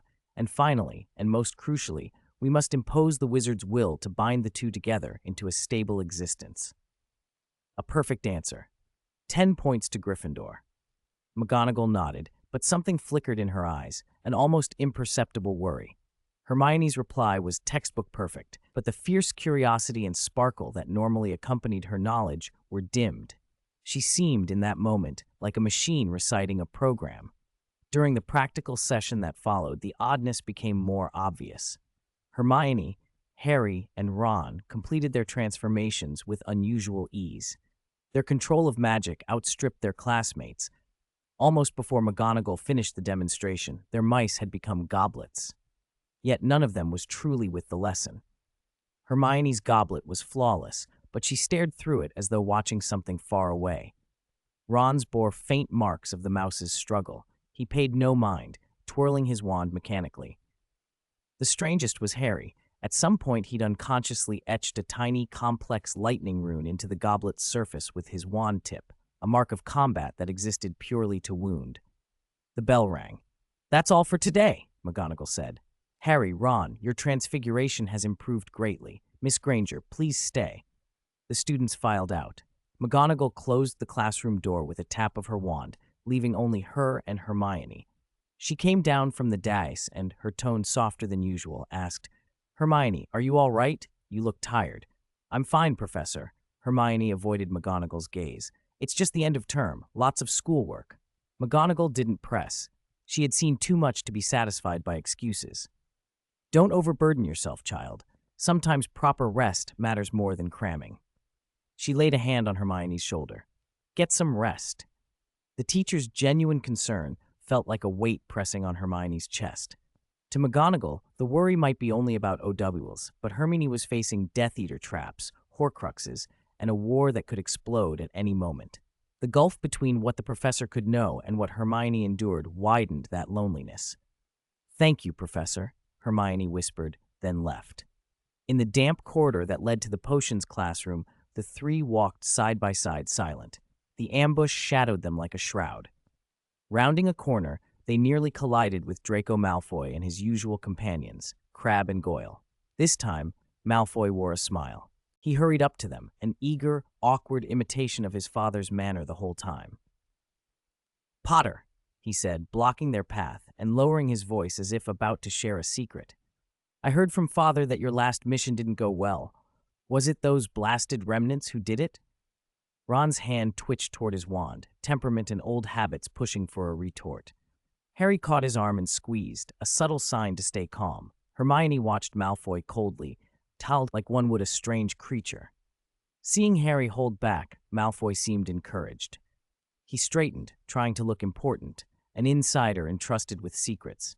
"Lord Leicester is making a big move, and the Malfoys will be fully assisting," he said, chin lifted in that familiar arrogance that refused to be smoothed out. "So if there's anything you need, information from pure blood circles, whatever, just ask." The combination of smugness and obsequiousness made him both laughable and pitiable. The boys exchanged glances. It was surreal, their old enemy offering to be an ally. The Draco who had once hurled curses and slurs now proposed becoming part of their intelligence network. The world was getting stranger by the day. Harry managed a steady nod. "All right, we'll let you know if we need anything." They moved past Malfoy, who stood frozen, his prepared speech brushed off with the casual, "Got it." The dismissal left him bewildered. The rules between him and Harry Potter had changed. He was no longer an instigator waiting to pick a fight. He was a clumsy would-be ally waiting for a summons. Perhaps, he thought, if he kept working quietly, showing his usefulness when called upon, he could earn resources and favor. At home, his father had already been teaching him much about arcane matters. Malfoy had been practicing in secret, curbing his play for now, intending to reveal what he could when the moment came, hoping to prove himself valuable to Jason and to gain a new place in this shifting world. 240. Hermione's letter home. The room of requirement, shaped at the bidding of the four, had become a futuristic tactical analysis chamber. In its center sat a circular platform of black stone. Soft arcane light ran along its edge, projecting complex three-dimensional star maps into the air. It was a miniature of the City of Dawn's command center, the core team's operational intelligence room. The four stood around the platform, faces grave. The failure at Gaunt Old House hung over them like a tangible shadow. Jason reached out and tapped the smooth surface. With a low hum, the entire battle at Gaunt Old House unfolded as a holographic, three-dimensional replay. From the moment they walked into the trap until Jason ended the fight, every detail had been captured by Zero's recording system and reconstructed with uncanny clarity. Our failure wasn't due to lack of power, Jason said. He swiped at the projection, isolating and enlarging the composite trap array the Death Eaters had activated. Dark red runes rotated slowly in the air, bleeding an ominous glow. Delay curse, magic disruption, painful shriek, he read aloud. Individually, each of these curses can be handled by trained wizards. Used together, though, they comprise a textbook trap designed specifically for arcanists. He pointed to the intricate runic lattice. This method of combination is beyond the knowledge base of ordinary Death Eaters.